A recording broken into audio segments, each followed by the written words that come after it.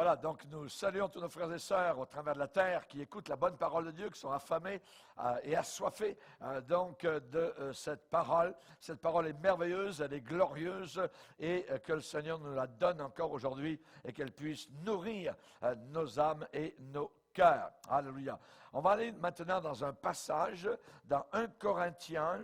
On va prendre deux passages particulièrement. Le premier, ça va être 1 Corinthiens, chapitre 6, et nous allons lire au verset 19. Nous sommes donc dans l'étude de la parole de Dieu avec comme thème « Envoie la puissance sur ton peuple ». Et donc nous avons vu particulièrement comment le Saint-Esprit, c'est lui qui nous unit donc tous ensemble. Ensuite, nous sommes maintenant dans le thème de l'habitation. Nous sommes habités par le Saint-Esprit. Si vous voulez bien, on va aller donc dans 1 Corinthiens au chapitre 6, et au verset 19. Ne savez-vous pas que votre corps est le temple du Saint-Esprit qui est en vous, que vous avez reçu de Dieu et que vous ne vous appartenez pas à vous-même, car vous avez été rachetés. Donc, il y a un prix qui a été payé et ce prix est très grand. Vous avez été rachetés à un grand prix.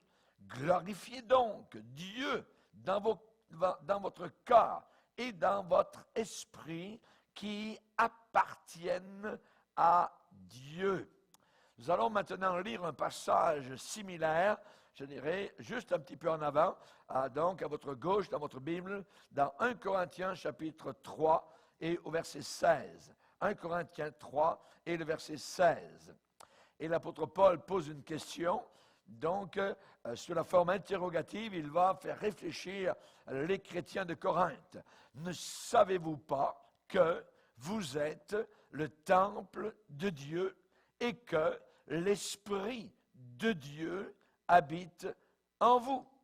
Si quelqu'un détruit le temple de Dieu, Dieu le détruira, car le temple de Dieu est saint et c'est ce que vous êtes. Que nul ne s'abuse lui-même. Si quelqu'un parmi vous pense être sage selon ce siècle, qu'il devienne fou, afin de devenir sage, car la sagesse de ce monde est une folie devant Dieu. Seigneur, nous te bénissons pour ta puissante parole. Aide-nous, s'il te plaît, Seigneur, à aligner notre vie selon la tienne, selon tes désirs, selon ta sainte et puissante volonté. Nous te demandons, Seigneur, que nous puissions toujours vivre dans un esprit d'humilité et de soumission. Nous te le demandons au nom puissant du seul Sauveur que nous avons, Jésus-Christ. Amen et Amen. Et tout le peuple dit Amen. Gloire à Dieu. On peut s'asseoir, frères et sœurs. Alléluia. Gloire à Dieu. Nous avons vu donc dans une leçon précédente que donc le monde ne connaît pas le Saint-Esprit. Même si parfois ils peuvent le citer, ils ne le connaissent pas du tout. Le monde ne peut même pas le recevoir et le monde ne le voit pas. Donc nous, comme chrétiens, nous connaissons le Saint-Esprit. La Bible dit que l'homme psychique, l'homme psychologique, l'homme animal ne reçoit pas les choses de Dieu parce qu'elles sont une folie à ses yeux. Donc, quand nous avons accepté le Seigneur, nous avons accepté de devenir fous selon le Seigneur. Et c'est ce que nous avons lu il y a quelques instants. Donc, si quelqu'un parmi vous pense être sage selon ce siècle, qu'il devienne fou afin de devenir sage. Et nous comprenons évidemment donc la pensée que nous donne l'apôtre Paul. Comme le Saint-Esprit, maintenant que nous sommes sauvés, vit en nous, eh bien, il se passe quelque chose. Il est en nous. En nous, c'est quoi? Le véhicule que Dieu nous a accordé, ici-bas sur terre, c'est notre corps. Donc le Saint-Esprit vient habiter, non pas dans des bâtiments, il n'habite pas dans une petite boîte, comme les catholiques nous l'ont fait croire pendant des siècles. Vous voyez, une petite boîte avec une lumière rouge, tout ça. Non, il habite dans un cœur. Le Seigneur vient habiter dans un cœur. Donc, Paul va dire 2 fois dans l'Épître aux Corinthiens, « Savez-vous pas que vous êtes le temple de Dieu et que l'Esprit de Dieu habite. » Donc, il y a une résidence. Là où vous habitez, là où vous demeurez, c'est là où vous êtes, autant au mois d'avril qu'au mois d'octobre. Vous êtes là l'hiver, l'été, en toute saison, c'est là où vous demeurez, vous résidez. Eh bien, le Saint-Esprit, il réside en nous, et la Bible déclare qu'il réside en nous éternellement. Éternellement. Ce qui veut dire que le Saint-Esprit, donc, qui nous donne cette joie, cette paix, cette direction, cette protection, eh bien, il va nous l'accorder pour toute l'éternité. Pour toute l'éternité, le Saint-Esprit sera donc notre compagnon. Nous sommes devenus, ce que nous n'étions pas auparavant, des temples du Saint-Esprit. Des temples du Saint-Esprit. Donc, le Saint-Esprit veut résider dans des temples. Maintenant, il ne vient pas résider dans des temples qui ne sont pas saints, S-A-I-N-T. Voyez, il vient résider dans des temples sanctifiés, dans des temples qui sont saints. Et donc, c'est lui, le Saint-Esprit, qui nous sanctifie. C'est-à-dire qui nous fait progresser dans la sanctification. La sanctification, elle a deux manières, 2 domaines. Tout d'abord, quand nous avons été sauvés, nous avons été sanctifiés, c'est vrai, on a été mis à part, mais il y avait encore beaucoup de débris en nous, toutes sortes de choses. Et là, il y a un travail que le Saint-Esprit fait au travers de notre vie chrétienne. C'est évidemment donc de nous apprendre à vivre une vie pure, à vivre une vie propre, à vivre une vie donc selon le Seigneur, d'avoir en nous les sentiments qui étaient dans le Seigneur Jésus-Christ. Alléluia. Donc, on sait que notre corps est devenu le temple du Saint-Esprit. Nous allons lire 2 passages qui nous parlent que le Saint-Esprit nous sanctifie. Tout d'abord, on va lire, si vous voulez bien, dans 2 Thessaloniciens, au chapitre 2 et au verset 13. 2 Thessaloniciens, chapitre 2, verset 13, où on nous dit donc ce que fait le Saint-Esprit. Il est dit ici, 2 Thessaloniciens 2, 13, « Pour nous, frères bien-aimés du Seigneur, nous devons à votre sujet rendre continuellement grâce à Dieu. » Pourquoi? Il y en a une raison. Parce que Dieu vous a choisi dès le commencement pour le salut. De quelle manière? Par la sanctification de l'Esprit et par la foi en la vérité. Donc, voilà l'expression, nous l'avons là, donc la sanctification de l'Esprit. Le Saint-Esprit nous sanctifie. Le Saint-Esprit nous met à part. Tout d'un coup, quand nous avons été sauvés, nous nous sommes rendus compte que, tiens, mes idées ne sont plus identiques, mes désirs ne sont plus les mêmes, mes affections ont changé totalement. Ce que je haïssais auparavant, maintenant je l'aime. Je n'aimais pas aller à l'église, les choses de Dieu, la Bible, tout ça, ça ne m'intéressait pas. Et là, tout d'un coup, maintenant, donc je haïs les choses du monde et je commence à aimer les choses de Dieu. Et je suis donc affamé, assoiffé de la parole de Dieu, des choses qui concernent le Seigneur. Ça, c'est le Saint-Esprit qui a fait cette œuvre dans chacun de nos cœurs. C'est une preuve qu'il y a un travail du Saint-Esprit dans chacun de nous. On va voir maintenant donc l'apôtre Pierre, ça c'est Paul qui parle de la sanctification de l'Esprit. Pierre aussi en parle dans 1 Pierre, premier chapitre. 1 Pierre.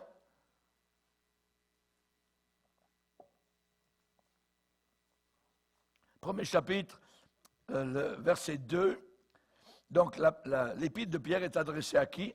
Adressée à ceux qui sont élus selon la préscience de Dieu le Père.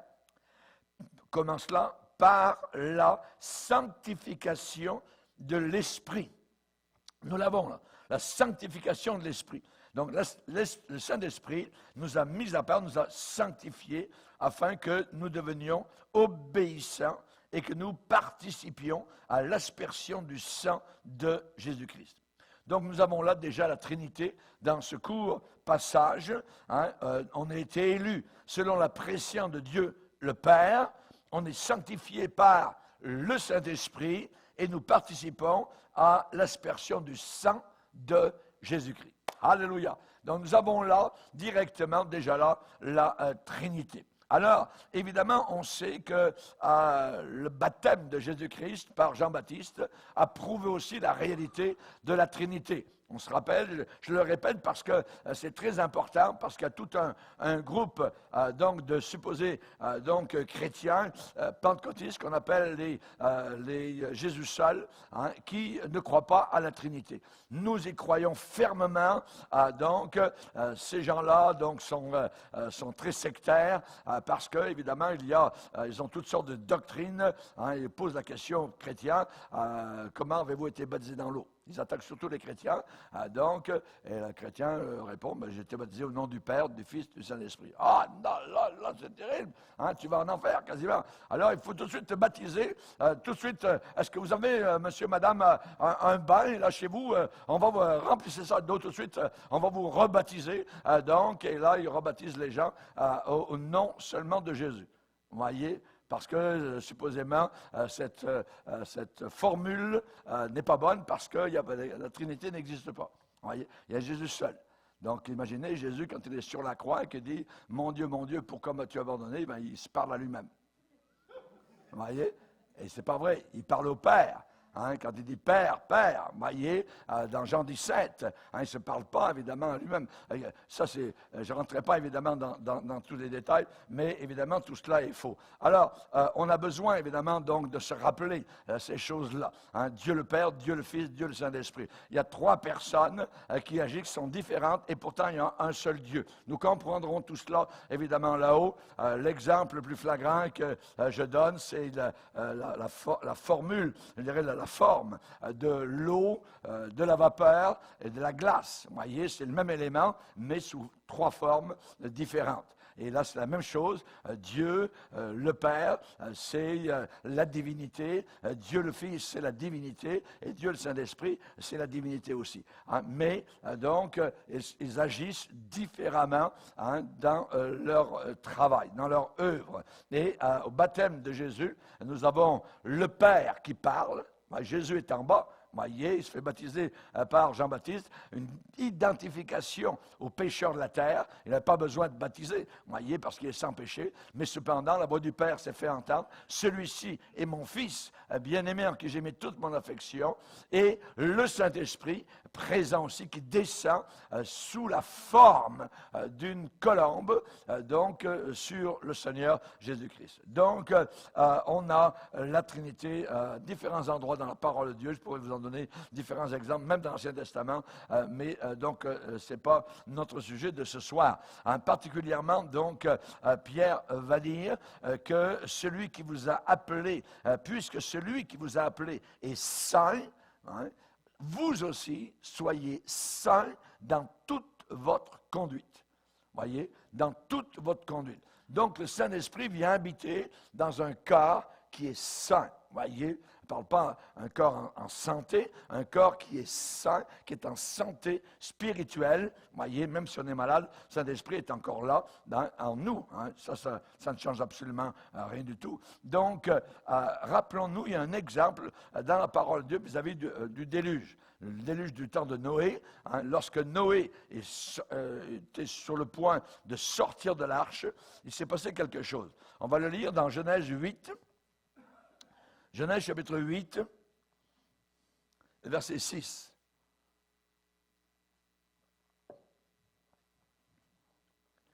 Genèse chapitre 8, verset 6.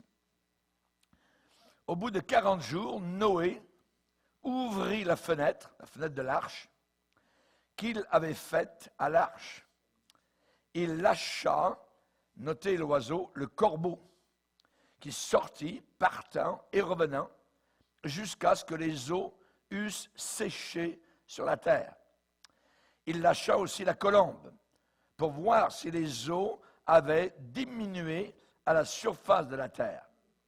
Mais la colombe ne trouva aucun lieu pour poser la plante de son pied.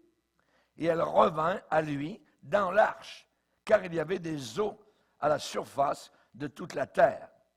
Donc, il avança la main, la prit et la fit rentrer auprès de lui dans l'arche.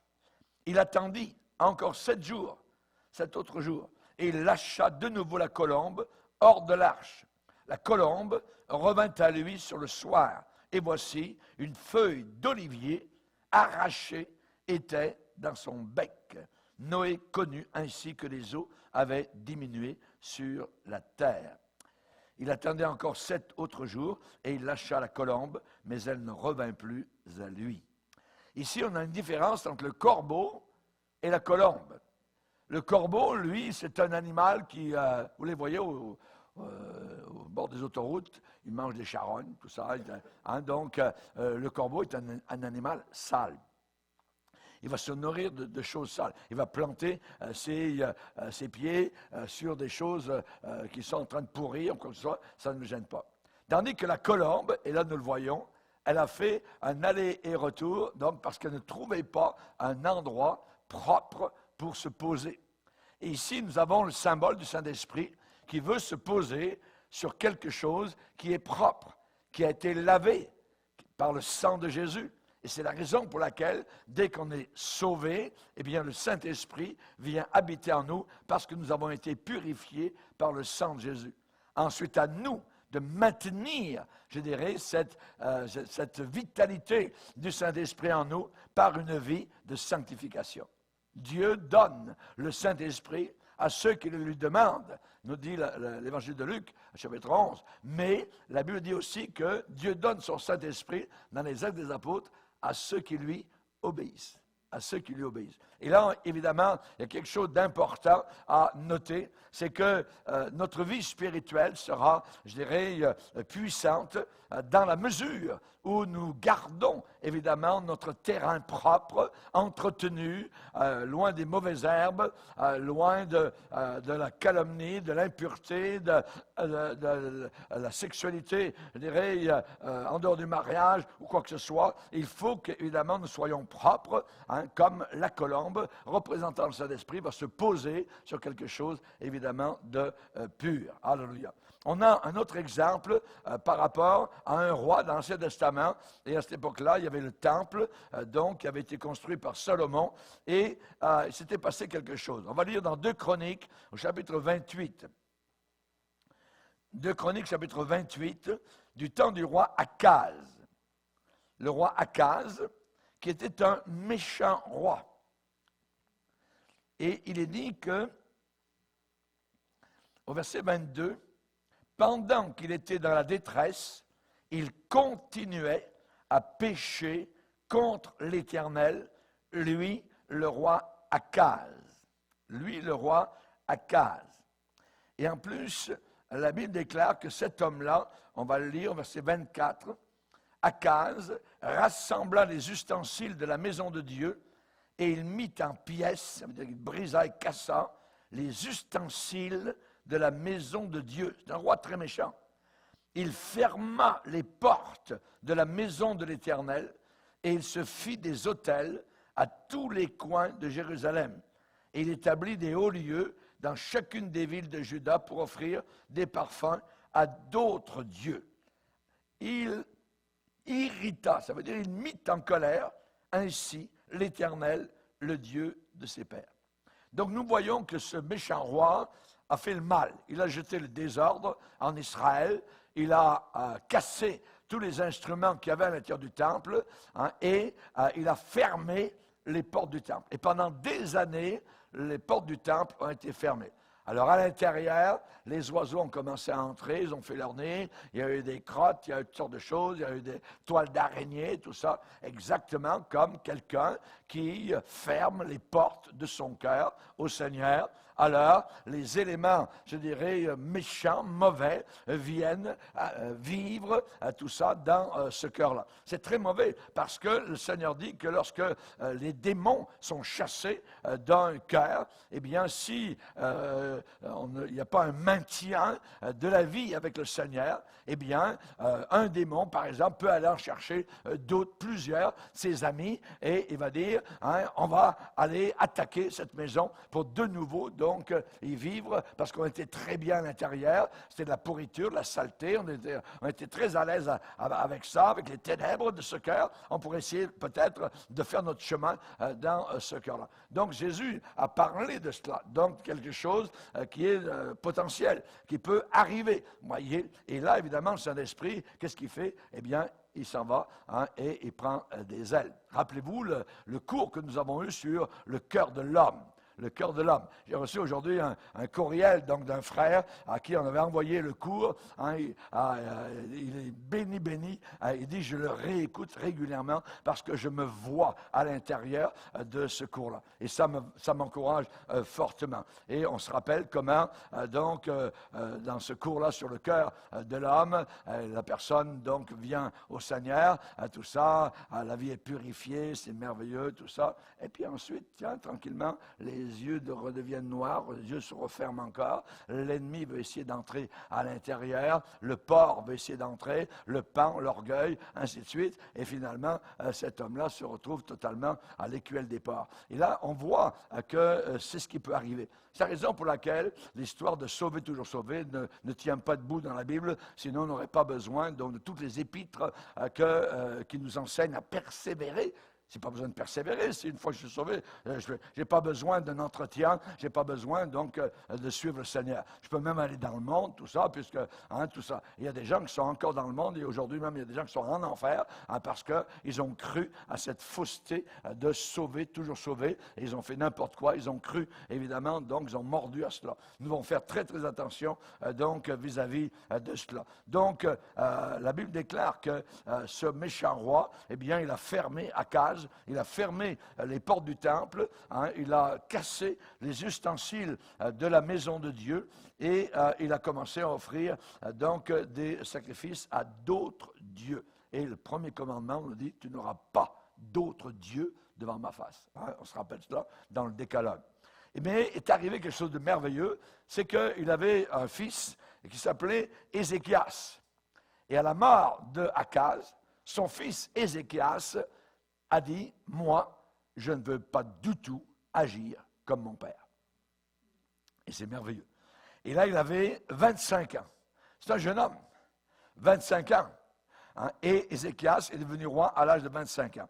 Et il est déclaré que la première année de son règne, tout de suite, dès qu'il a commencé à régner, et pas au 10e mois ou au 3e mois, première année de son règne et au premier mois, tout de suite.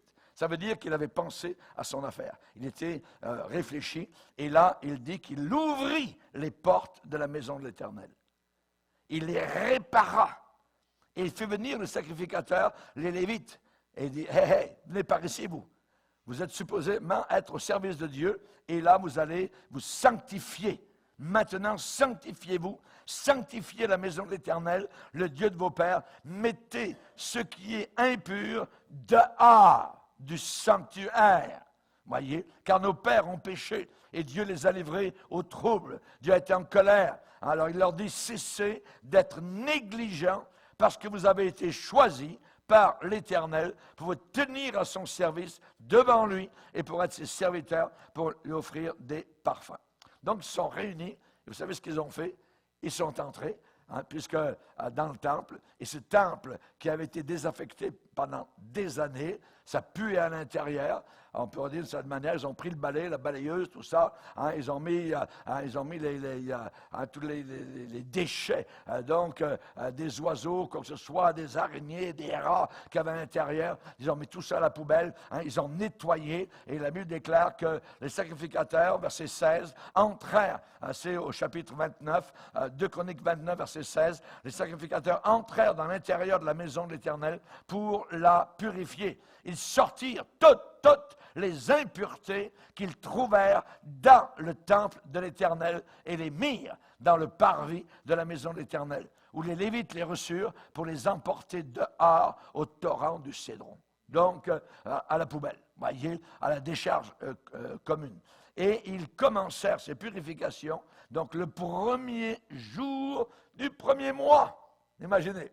Donc, ce roi, il a 25 ans, mais il est déterminé. C'est un Daniel, voyez, comme Daniel à Babylone. Hein, c'est un jeune homme qui aime le Seigneur, qui dit non, non, non. Moi, je ne marcherai pas selon le train de ce monde. Je vais me disposer, hein, je vais vraiment tourner mon cœur vers le Seigneur. Donc, ils ont commencé les purifications le premier jour du premier mois. Hein? Et le 8e jour du mois, ils entrèrent dans le portique de l'Éternel et ils mirent 8 jours à purifier la maison de l'Éternel. Donc, finalement, ils sont arrivés chez le roi à la fin des 8 jours. Ils ont dit, nous avons purifié toute la maison de l'Éternel, l'autel des holocaustes, tous les ustensiles, la table des pains de proposition, tous ces ustensiles. Nous avons remis en état et purifié tous les ustensiles que le roi Akaz avait profanés pendant son règne lors de ses transgressions. Donc on voit qu'ils ont purifié. Savez-vous ce qui est arrivé? Un réveil spirituel. Un réveil, vous lirez le passage, le reste du chapitre. Vous voyez, c'est formidable. Dieu a commencé à bénir, a envoyé donc son Saint-Esprit. Hein, ils se sont réjouis devant le Seigneur. Ils ont adoré, ils ont glorifié le Seigneur. Donc, ça, c'est quelque chose, évidemment, qui nous parle. Hein, c'est nous, puisque aujourd'hui, c'est nous qui sommes le temple du Saint-Esprit. Et il faut que ce temple soit propre. Si vous avez connaissance de choses impures, choses sales, d'ustensiles cassés dans le temple du Seigneur, des choses qui ne devraient pas être là, des choses qui devraient être là et ne sont pas là. Il faut faire le triage. C'est le temps. Et je pense qu'actuellement, alors que nous sommes, que le monde est en train de se préparer pour la grande tribulation, l'Église chrétienne doit se préparer pour le retour du Seigneur. Et nous devons, évidemment, nettoyer ce qui a besoin d'être nettoyé. Il faut nous repentir de ce que nous avons besoin de nous repentir. Il faut reconnaître, il faut être honnête avec nous-mêmes. Ça prend une intransigeance totale avec nous-mêmes. Et non pas, non, non, non, non, ça ne marche pas. Hein, ça, c'est le monde, ça, c'est les gens religieux. Si nous voulons la bénédiction de Dieu, si nous désirons que le Saint-Esprit réside véritablement en puissance dans nos vies, dans nos cœurs, il faut faire le nettoyage, la purification. Et Dieu a béni le roi Ézéchias, donc, parce qu'il a agi contrairement à son père. Hein, on voit que le Seigneur ne regarde pas, évidemment, donc, si nous suivons nos parents, il regarde si nous le suivons. Si quelqu'un veut me suivre, qu'il se charge de sa croix chaque jour et qu'il me suive. Amen. Alléluia. Gloire au Seigneur. Donc, on chante dans l'Église sous l'onction du Saint-Esprit. Je voudrais louer mon Seigneur. Amen. C'est merveilleux de lever des mains pures, comme dit l'apôtre Paul à Timothée, devant le Seigneur. Alléluia. Gloire au Seigneur. Le Saint-Esprit, bien puisqu'il habite en nous, nous communique quelque chose. Il nous communique des dons. Il nous communique des cadeaux par lesquels nous pouvons être utiles les uns aux autres. Il n'y a rien de pire que de se sentir inutile. Sentir qu'on ne sert à rien. Vous voyez, comme on le dit généralement, quelqu'un qui est bon à rien. Nous ne voulons pas être de cette catégorie-là. Nous voulons être utiles au Seigneur. Et pour cela, évidemment, le Saint-Esprit va nous aider et il va nous communiquer des dons donc spirituels. Et ce sont les dons que le Saint-Esprit nous accorde qui ouvrent les chemins devant nous, qui ouvrent les portes. Ce n'est pas nous-mêmes, ce n'est pas nos capacités, ce n'est pas nos talents à nous. Ce sont les dons du Saint-Esprit. Quand nous avons été pris dans la boue de ce monde, nous étions absolument rien, 0 plus 0 égale 0, mais voilà que le Saint-Esprit est venu, il a habité en nous et il nous a accordé des dons par lesquels maintenant nous sommes utiles les uns aux autres et évidemment au monde autour de nous. Si l'Église de Dieu, évidemment, donc, disparaît de la terre, eh bien, les païens vont s'en mordre les doigts parce que nous sommes très utiles et c'est à cause de nous, encore aujourd'hui, que le Seigneur retarde ses jugements sur une planète en totale et complète rébellion contre son Créateur. Il y a différents dons que Dieu donne à l'Église.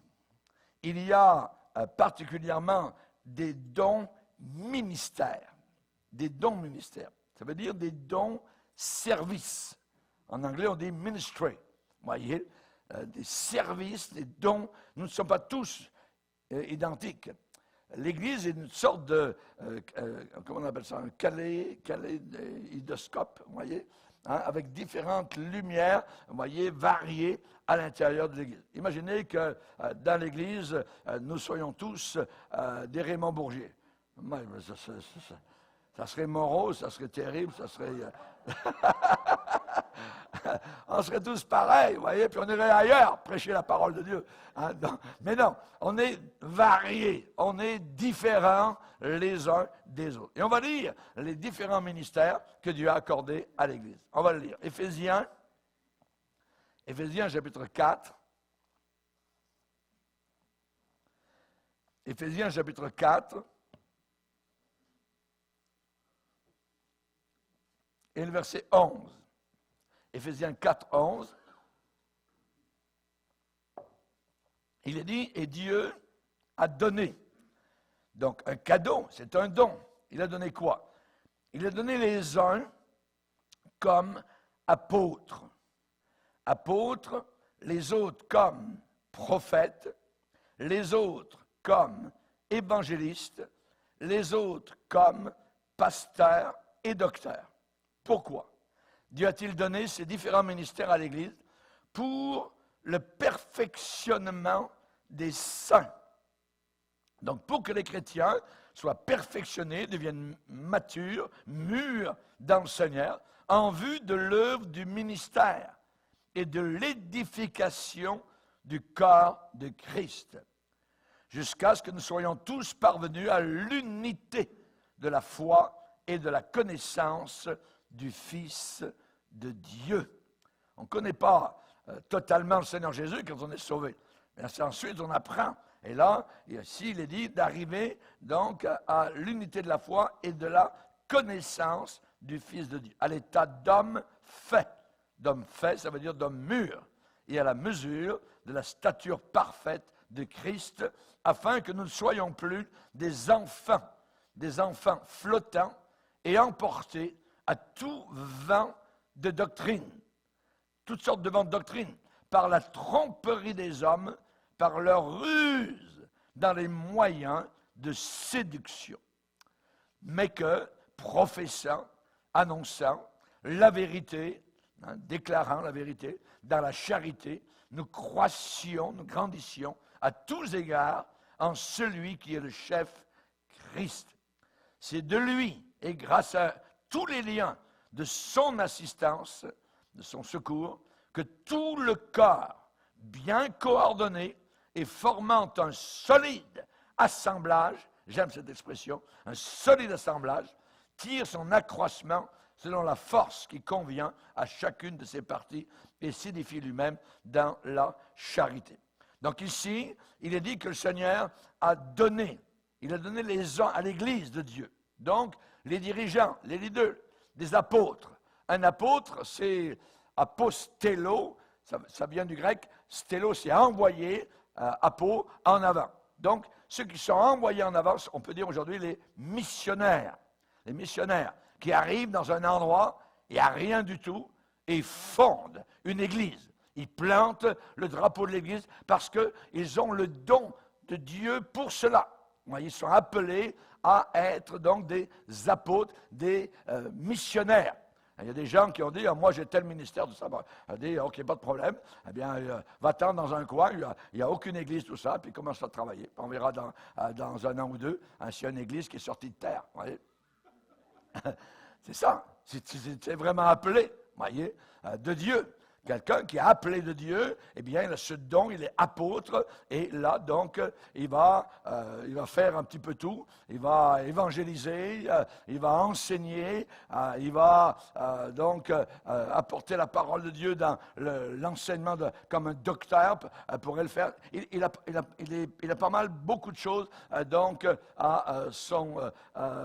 pour lui. Alors, le Seigneur a donné les uns comme apôtres, les autres comme prophètes. Un prophète, ce n'est pas quelqu'un qui passe dans les églises et puis qui dit la bonne aventure à l'un à l'autre, oh, le Seigneur me montre que toi, Non, non, non, non. Un prophète dans la parole de Dieu, c'est un prédicateur. C'est un prédicateur qui prêche, mais il prêche d'une certaine manière que les choses cachées dans la vie des gens, au travers de la prédication qu'il apporte, sortent en plein jour. Ça, c'est des dons du Saint-Esprit. La raison pour laquelle, parfois, vous entendez donc un message, et au travers de la prédication, qui va durer 3 quarts d'heure, toc, à un moment donné, vous êtes comme pris dans le coin, vous êtes serré dans le coin. Mais voilà, il y a quelqu'un qui a parlé au pasteur, il y a quelqu'un qui a dit ma vie. Non, non, non.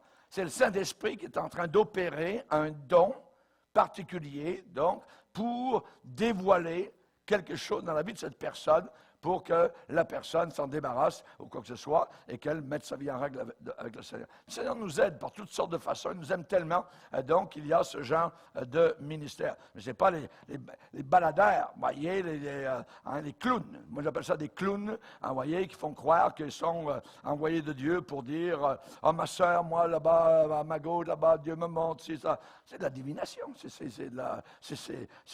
C'est trafiqué. Nous ne voyons jamais à aucun endroit dans la Bible, des gars dans la Bible, montrez-moi ça dans la Bible, des gars qui passent dans les églises et puis qui disent la bonne aventure, donc l'avenir à toute une église, et les gens sont friands de ça. Si vous avez, par exemple, une annonce, un poster en grand, tout ça, prophète un tel s'en vient, l'église sera pleine. Vous voyez, annoncer une semaine de prière et de jeûne, vous voyez, l'église sera vide. Vous voyez comment les gens sont friands de ces choses-là. Donc, ça, c'est des dons, pour montrer la différence. Les autres, Dieu a envoyé comme évangélistes. Les évangélistes, c'est des gens, on en voit de moins en moins aujourd'hui, parce qu'ils ont été remplacés par les chanteurs. Les chanteurs, il suffit de venir un groupe de guitaristes avec de la fumée, avec des spots, tout ça. Ça, c'est les évangélistes d'aujourd'hui, qui font absolument rien, qui ne sauvent personne, voyez. Mais le véritable évangéliste, lui, il va prêcher la croix, il va prêcher Jésus. Les païens peuvent venir, voyez, et se sentent à l'aise, et ils vont donner leur cœur donc au Seigneur Jésus-Christ. Ça, c'est le rôle donc de l'évangéliste. L'évangéliste, il est enflammé, il prêche véritablement donc l'évangile de gloire. Ensuite, les autres comme pasteurs. Le pasteur, c'est celui qui est berger, qui veille sur un troupeau que Dieu lui donne. Il en est responsable et devra rendre compte à Dieu donc pour la gérance évidemment, son travail spirituel parmi son troupeau ou les troupeaux parmi lesquels il a passé dans sa vie de pasteur. Donc c'est ça. Dieu a donné donc les uns comme pasteurs. Un jour, il y a quelqu'un qui est venu me voir en disant « Pasteur, vous n'êtes pas un cadeau. » Et j'ai dit non, je suis un cadeau. Je suis ton cadeau. Dieu m'a donné pour toi, pour être ton pasteur, tout ça. Et je vais essayer de te conduire dans les voies droites du Seigneur. Donc, Dieu a donné les uns comme apôtres, les autres comme prophètes, les autres comme évangélistes, les autres comme pasteurs et les autres comme docteurs. Voyez? Les docteurs, donc, sont des gens qui vont profondément dans la parole de Dieu, qui connaissent très, très bien, donc, les choses et sont dirigés comme cela dans les Écritures pour montrer aux gens différentes facettes, donc, de la vie chrétienne ou de la personne de Jésus-Christ ou différentes choses, donc, dans lesquelles, parfois, on n'y va pas très souvent. Donc, ça, c'est des docteurs. Mais ce sont des ministères. C'est des cadeaux merveilleux, évidemment, pour l'Église du Seigneur. Alléluia. Vous vous rappelez comment j'ai déjà parlé assez souvent de la symbolique qui existe lorsque Abraham a envoyé donc son serviteur en chef pour aller chercher une épouse. Il a trouvé la belle Rebecca, donc, et il était allé la chercher très loin, dans un pays étranger. Et finalement, en arrivant, donc, quand il a prié le Seigneur, montre-moi celle que tu as choisie pour être l'épouse du fils d'Abraham, tout ça. Hein. Et là, on a une symbolique merveilleuse. Le père, c'est Abraham. Le fils, c'est Isaac. Le Saint-Esprit, c'est Éléazar, qui est donc le serviteur en chef dans la maison, qui est envoyé pour aller chercher quoi? Une épouse. Une épouse pour le fils. Voyez? Et là, on a vraiment la symbolique formidable. Et quand Éléazar est arrivé, donc au bord du puits, et qu'il a trouvé la belle Rebecca, qui lui a dit, « Oh, moi, je vais te faire boire tes chameaux aussi. » Et faire boire des chameaux, c'est quelque chose. Voyez? Il faut tirer, évidemment, la corde, il fallait chercher l'eau au fond du puits, hein, et les chameaux, quand ils ont traversé les déserts, je peux vous dire que ce n'est pas juste une petite goutte comme ça. Vous voyez? Hein? Donc, ça demande beaucoup de courage, beaucoup de force, parce qu'elle a fait boire ses troupeaux déjà, mais elle voit cet étranger et elle se propose donc de faire 1000 de plus. C'est-à-dire de faire boire les chameaux de cet homme-là. Et là, on va le lire pour montrer ce qui s'est passé dans Genèse, au chapitre 24. Genèse, chapitre 24.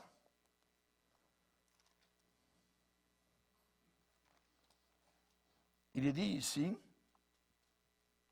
verset 21, l'homme, c'est Eliezer, donc, qui représente le Saint-Esprit, la regardait avec étonnement et sans rien dire, pour voir si l'Éternel faisait réussir son voyage ou non. Quand les chameaux eurent fini de boire, ça a duré longtemps, l'homme prit un anneau d'or du poids d'un demi-cycle et 2 bracelets du poids de 10 cycles d'or. Donc, il a fait un cadeau à Rebecca. Et nous allons voir que ces cadeaux-là, puisque Rebecca représente l'Église, et ça montrait évidemment donc quelque chose de formidable par rapport donc à ce qui est en train de se passer. Ça voulait dire que Rebecca allait devenir la future épouse du fils du père, donc d'Isaac. Et là, ces 2 bracelets d'or, donc, étaient là pour montrer que c'était une réalité. Et le Seigneur nous a donné le Saint-Esprit comme cadeau, comme les bracelets. Nous l'avons maintenant en nous pour montrer que maintenant nous sommes en direction de la maison pour aller vers des épousailles, pour aller vers celui que nous n'avons jamais vu, mais que nous aimons comme elle. Tout ce qu'elle pouvait connaître de son futur, c'était ce que le serviteur pouvait lui dire. Et lorsqu'elle a été découragée, j'imagine, ou qu'elle pleurait parce qu'elle regardait peut-être en arrière, maintenant ça faisait des centaines de kilomètres qu'elle avait quitté la maison familiale. Hein, elle était jeune, elle s'en allait vers l'inconnu. Et là, donc, pour l'encourager, eh bien, peut-être le chameau d'Eliezer s'approchait du chameau de Rebecca. Et là, ils se parlaient en disant, tu sais, celui vers lequel tu vas, il est comme ceci, il est comme cela, il aime ceci, il n'aime pas cela. Elle lui parlait, il lui parlait. Éléazar lui parlait donc de celui qu'elle allait épouser. Mais ces cadeaux étaient vraiment donc un signe que le Seigneur, évidemment, donc serait avec elle et que c'était du réel. C'était comme un gage, un gage. Et le Seigneur nous a dit que nous avons reçu le Saint-Esprit comme un gage, un héritage, donc à l'avance de ce qui nous attend là-haut dans la gloire. Vous savez, le problème des chrétiens, souvent, c'est de douter. Nous doutons que Dieu nous aime. Nous doutons même parfois de notre salut. Est-ce que je suis vraiment sauvé, ainsi de suite? Mais nous avons nous, les gars, regardez vos bracelets, regardez votre anneau. Voyez, nous avons le Saint-Esprit. Nous avons, je dirais, des choses qui nous indiquent cette joie, cette paix que nous avons, alors que le monde n'a pas cela. Juste de venir avec des chrétiens, avec des frères et sœurs, c'est quelque chose de formidable. Un païen ne peut pas venir et jouir de cette communion fraternelle que nous avons. Il va être là, il va regarder, il va sourire, tout ça. Il peut même chanter quelques cantiques, il peut même applaudir, il n'y a pas de problème. Vous voyez, mais à l'intérieur, c'est autre chose. Est-ce qu'il vraiment fait partie de la famille? Et là, pour nous, particulièrement, c'est une preuve, voyez, que nous sommes sauvés parce que nous avons les prémices du Saint-Esprit dans notre cœur. Amen. Dieu nous a fait des cadeaux. Alléluia. On va voir d'autres cadeaux aussi que le Seigneur nous a fait. On va lire dans 1 Corinthiens 12. 1 Corinthiens 12. 1 Corinthiens 12 et au verset 7. On va lire même au verset 4. À partir du verset 4. Il y a diversité de dons. Donc des dons variés, des dons divers, des cadeaux divers. Mais le même esprit. Diversité de ministères. Mais le même Seigneur. Diversité d'opérations, mais le même Dieu qui opère tout en tous. À chacun, la manifestation de l'Esprit est donnée, pourquoi? Pour l'utilité commune. En effet, à l'un est donnée par l'Esprit, par le Saint-Esprit, une parole de sagesse, à un autre, une parole de connaissance, selon le même Esprit. À un autre, la foi. On ne parle pas ici de la foi pour être sauvé. Là, il y a un don de foi. La personne, dans la vie chrétienne, a une circonstance particulière et la foi lui est donnée pour croire qu'on va passer au travers ou que Dieu va pourvoir. Quelque chose s'en vient. C'est un don de foi. Un autre, la foi. Par le même esprit. À un autre, le don des guérisons. Par le même esprit. À un autre, le don d'opérer des miracles. À un autre, la prophétie. À un autre, le discernement des esprits. Combien on en a besoin? À un autre, la diversité des langues. À un autre, l'interprétation, donc des langues, des messages en langue. Un seul et même esprit opère toutes ces choses, les distribuant à chacun en particulier comme il veut. Donc, celui qui dispatche, je dirais, les dons du Saint-Esprit, c'est le Saint-Esprit. Comme il veut, voyez. Donc, nous ne pouvons pas dire, eh bien, moi, j'aimerais avoir ce que l'autre a là-bas, ou j'aimerais avoir ce que la sœur une telle a. Non, non. C'est le Saint-Esprit qui décide, donc, de nous donner ce don-là, hein, et l'autre ne l'a pas. Ça, c'est bon, ben, c'est correct, il n'y a pas de problème. Hein, mais ça dit qu'il les donne, il les distribue à chacun en particulier comme il veut. Alléluia. Gloire au Seigneur. Maintenant, nous allons voir les services. Les services ne sont pas tous pareils. Et dans l'Église de Dieu, il y a différents services. Et tout cela encore est accordé par le Saint-Esprit. On va le lire dans Romains 12. Romains 12. Verset 6. Puisque nous avons des dons différents, selon la grâce qui nous a été accordée, que celui qui a le don de prophétie l'exerce selon l'analogie de la foi. Ça veut dire selon, je dirais, l'élément de foi pour apporter une véritable prophétie. Ensuite, selon l'analogie de la foi, que celui, verset 7, que celui qui est appelé au ministère s'attache à son ministère, que celui qui enseigne s'attache à son enseignement, et celui qui exhorte à l'exhortation, que celui qui donne, et ça c'est un don, il y a des gens qui ont le don de donner, que celui qui donne le fasse avec libéralité, que celui qui préside une assemblée, que celui qui préside le fasse avec zèle, que celui qui pratique la miséricorde le fasse avec joie. Vous voyez, tous ces dons-là, c'est tous des dons. On pourrait s'arrêter sur chacun et vous enseigner pendant 1 heure sur chacun des dons. C'est inimaginable. Il y a des gens dans l'Église de Dieu qui ont un don de donner. Ils ont le don, c'est spirituel, voyez, et vous avez pu remarquer qu'au travers donc de la dernière année, eh bien, l'Église, malgré, je dirais, tout ce qui a pu arriver, de confinement, déconfinement, comme ça, l'Église n'a manqué de rien. Toutes nos factures ont été payées. Voyez, il y a des gens dans l'Église qui ont certains dons particuliers pour agir dans ce sens-là. Et on bénit le Seigneur. Voyez, je parlais tout à l'heure de ceux qui ont le don de foi. Hein? C'est quelque chose qui croit que, voyez, alors que les autres chrétiens, non, pas spécialement. Oui, on croit en Jésus, on croit à notre salut, mais il y a des choses particulières où la foi dans leur cœur. Hein, j'ai vu des gens venir me dire dans le bureau, pasteur, vous allez voir, on va passer au travers. Ou ceci ou cela. Et il faut bien écouter. Oui, parce qu'au travers d'une conversation, eh bien, il peut y avoir des dons spirituels aussi qui peuvent se manifester. Il faut le savoir. Puisque nous avons des dons différents, que celui qui a le don de prophétie l'exerce, que celui qui est appelé au ministère, un certain service, un diaconat, quelque chose, un service, la Bible dit qu'il s'attache à son ministère, à son service. Hein. Que celui qui enseigne s'attache à son enseignement. À l'école du dimanche, vous voyez, par exemple. L'école du dimanche, c'est un service d'enseignement.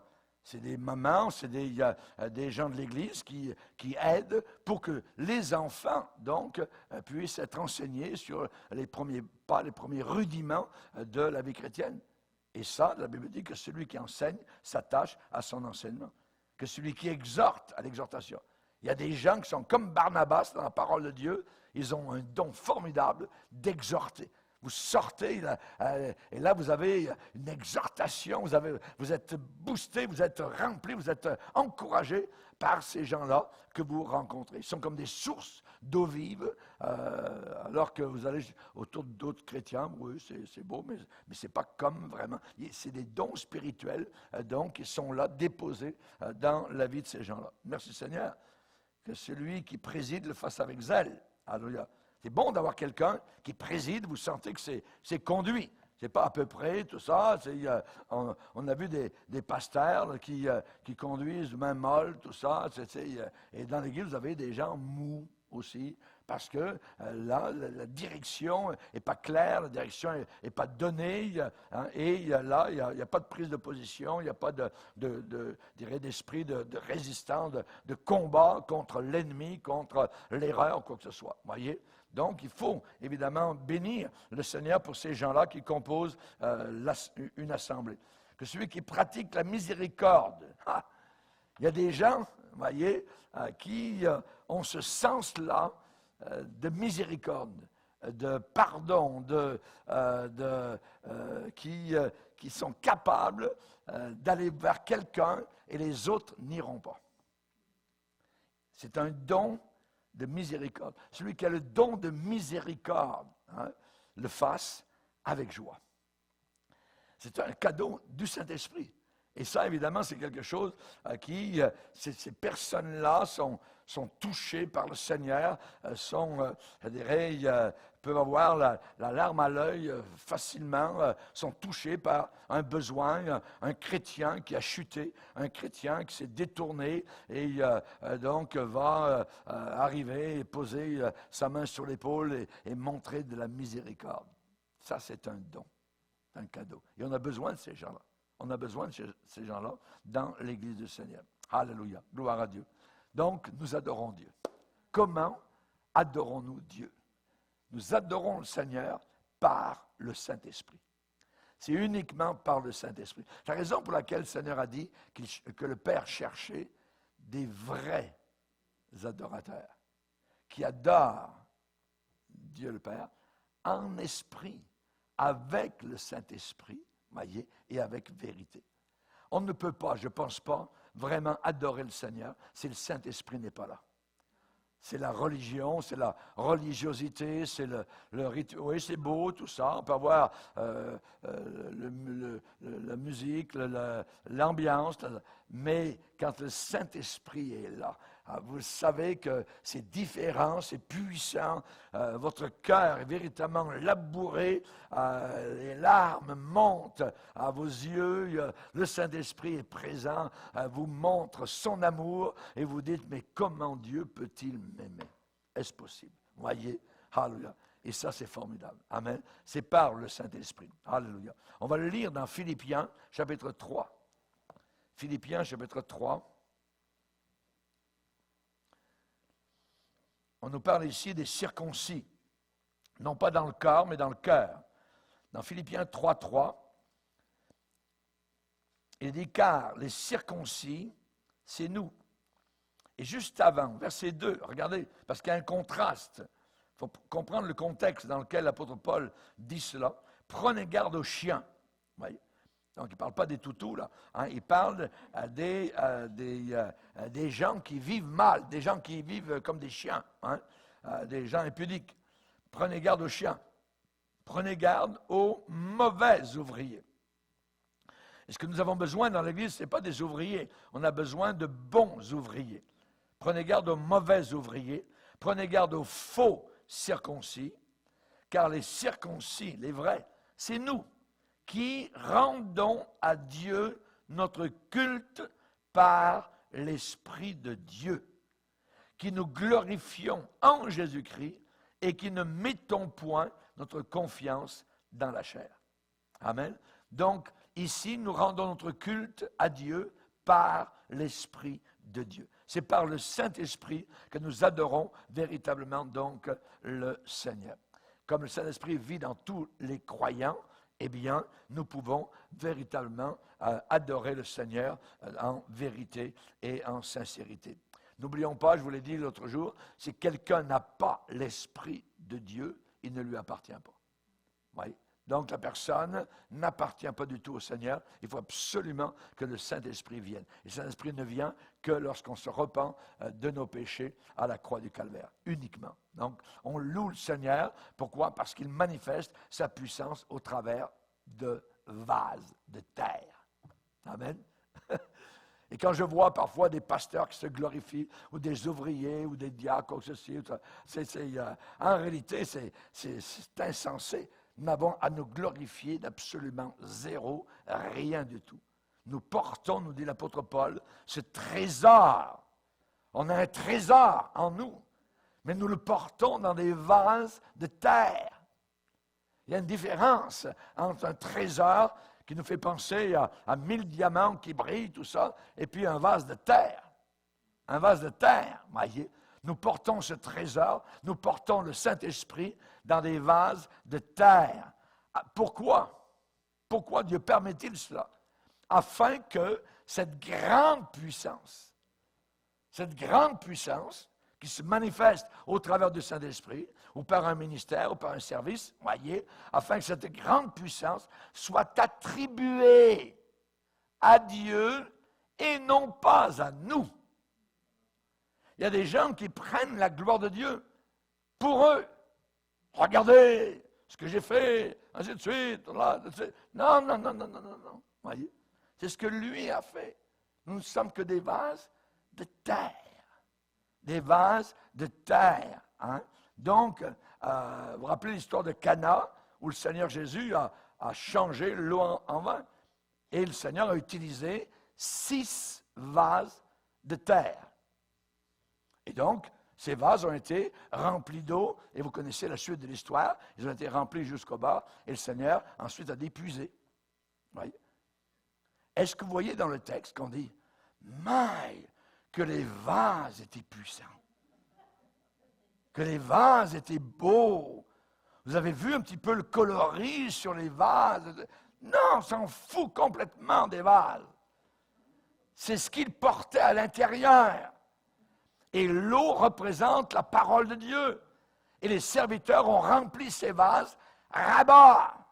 Et moi, je dirais, pas mon problème, mais ma joie, mon devoir, voyez, c'est de vous remplir, voyez, de l'eau de la parole jusqu'au bord.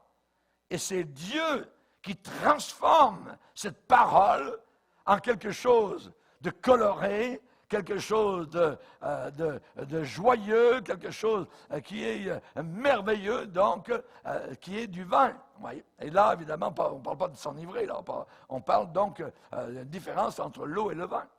Et la parole de Dieu, par le Saint-Esprit, est transformée donc en joie. Merci Seigneur, ils n'ont plus de vin. C'est le problème de beaucoup de chrétiens, ils n'ont plus de joie. Ils n'ont plus de joie. Voyez. Et là, ils ont besoin d'un miracle. Et il y a uniquement le Seigneur qui est capable de faire ce miracle. Quand Gédéon a pris les cruches, voyez, rappelez-vous, ils étaient 300 seulement sur un très grand périmètre. Et juste à côté d'eux, il y avait des ennemis qui avaient des lances aiguisées, qui avaient des armures, qui étaient prêts à se batailler, à tous les tuer. Et en pleine nuit, au signal de Gédéon, alors que tout le monde était en train de dormir quasiment dans le camp, paf, ils ont brisé les vases. Et ils sont tenus à leur place avec un flambeau brûlant en pleine nuit. Voyez? On n'a pas parlé des vases. Les vases ont été utilisés pour apporter la victoire. Les vases ont été utilisés simplement pour faire briller la lumière. Et nous ne sommes que des vases de terre. Amen.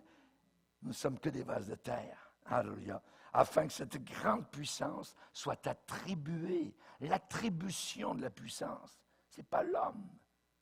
Ce n'est pas le pasteur, ce n'est pas le grand évangéliste.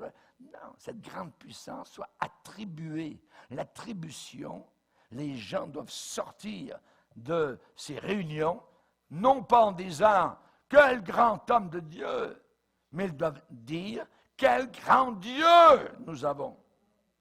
Quel grand Dieu nous avons. Enfin, que cette grande puissance soit attribuée à Dieu et non pas à nous. Et non pas à nous. Je me rappelle toujours quand j'étais à Rimouski pour une série de réunions. Et évidemment, quand je voyage, parfois je suis loin de la maison pour une semaine. Ça, c'est il y a plusieurs années. Et je me rappelle qu'à la dernière réunion, le dimanche soir, l'église est pleine et je prêche un message. Et soudain, je vois arriver au fond de la salle, André, mon épouse. Elle a fait le voyage depuis Québec jusqu'à Rimouski pour ramener son cher petit mari à la maison à la fin de la série de réunions. Elle est venue en avant et a dit, j'ai quelque chose à dire à toute cette grande assemblée. Et elle a ouvert sa Bible dans le psaume 115, où il est écrit « Non pas à nous, ô Dieu, mais à toi donne gloire à ton nom. » Et elle a refermé. Elle a dit quelques mots de salutation aux gens et elle est allée s'asseoir. J'oublierai jamais cela. Alléluia. C'est chaud au cœur. Alléluia. Et c'est aussi chaud dans mon cœur que le jour où elle a fait cela. Non pas à nous, Seigneur, mais à toi donne gloire à ton nom. Le vrai chrétien rempli de son esprit, il veut voir Christ élevé. L'amour de Christ, la puissance de Christ, les guérisons de Christ, les provisions de Christ. C'est cela que nous voulons voir. Alléluia. Et donc, nous devons remercier Dieu pour les dons du Saint-Esprit qu'il communique, je dirais, pour notre service mutuel. Alléluia. Comme de bons dispensateurs, amen, que chacun mette au service des autres. Au service des autres, le don qu'il a reçu. Le don qu'il a. C'est pour les autres, c'est pour les autres. Nul ne vit pour lui-même, nous vivons pour les autres. Si vous vivez pour vous-même, vous êtes fini. Vous êtes sec, comme un coup de trick. Il faut vivre pour les autres. Alléluia. Et c'est quand on vit pour les autres qu'il y a de la joie, qu'il y a de la paix. Alléluia. Merci Seigneur. Remercions Dieu. Alléluia. puisque vous aspirez au don spirituel, dit l'apôtre Paul, que ce soit pour l'édification de l'Église, que vous cherchiez à en posséder abondamment. Qu'est-ce que nous devons avouer, reconnaître et confesser? C'est que souvent nous nous appuyons sur le bras de la chair. Sur le bras de la chair, voyez, et non pas sur la puissance de Dieu. Ceux-ci s'appuient sur leur chair. Ceux-là s'appuient sur leurs chevaux. Nous invoquons le nom du Seigneur. Eux, ils plient. Eux, ils tombent. Nous restons debout. Debout. Amen. Il faut s'appuyer sur la puissance du Seigneur. Comme de bons dispensateurs, comme de bons gérants, comme de bons intendants. Alléluia. Nous devons nous appuyer uniquement sur le Seigneur. Quand le roi Saül, qui tremblait dans sa tente, qui était le chef des armées, et là-bas, de l'autre côté de la vallée, chaque jour, il y avait un gars qui s'avançait. Envoyez-moi un homme, nous nous battrons, Goliath. Voyez? Et tout le monde tremblait. Ça faisait des semaines que le cinéma continuait. Jusqu'au jour où le petit David, qui avait été envoyé par le père, a apporté du fromage et du pain à ses frères qui étaient sur le champ de bataille où il ne se passait rien du tout. Mais c'est qui lui là-bas? Je vais aller me battre. Pour faire l'histoire courte, il s'est retrouvé dans la tente du roi Saül. Et Saül lui a dit, non, tu n'iras pas te battre comme ça. Prends mon armure. Essaye-la. Voilà le bras de la chair. Prends mon armure. Puis peut-être que Saül se disait, peut-être que les gens vont penser que c'est moi qui suis à l'intérieur. On ne voit pas trop là-bas. Voyez. Alors c'est un petit bonhomme qui est à l'intérieur. Il a essayé ça, David. Il a envoyé le casque en l'air, il a envoyé l'armure en l'air, il a envoyé l'épée en l'air, et il dit non, je vais y aller avec la puissance de Dieu. Alléluia. Gloire au Seigneur. Et la Bible dit qu'il s'est débarrassé de tout cela. Et il y a des débarras à faire. Il y a des ménages de printemps à faire dans nos vies. Alléluia. Pour que le Saint-Esprit puisse se manifester. Alléluia. Rappelons-nous que nous ne devons ni, je dirais, être des faux vainqueurs, ni des faux vaincus. Ce qui se passait au pied du Sinaï. Quand Moïse est descendu, Josué a dit, « Hé Moïse, t'entends là-bas, dans la vallée? » Moïse a dit, ce n'est ni un cri de vainqueur, ni un cri de vaincu. Ce sont des gens qui foirent, des gens qui chantent. Et dans beaucoup d'églises aujourd'hui, ce que nous voyons, c'est la foire. Ce sont des gens qui foirent. Ils veulent foirer, ils veulent venir à l'église pour foirer. À l'église pour convoiter, pour danser, pour ceci, pour... alors, les femmes en avant commencent à se dévêtir un peu, tout ça, puis... Nous avons des personnes avec qui nous avons une communication qui nous disent « Je suis sorti de mon église, ça n'a aucun sens, la manière que les femmes sont habillées. » Aucun sens. Ni un cri de vainqueur, ni un cri de vaincu, mais ce sont des gens qui chantent. Ce que nous voulons, c'est être remplis du Saint-Esprit. C'est ne pas être vaincu, mais être des vrais vainqueurs. Amen. Alors, la gloire à Dieu. Seigneur, nous sommes devant toi, nous voulons te bénir, nous voulons te glorifier pour ta présence, Seigneur. Merci pour l'enseignement que tu nous accordes dans cette soirée.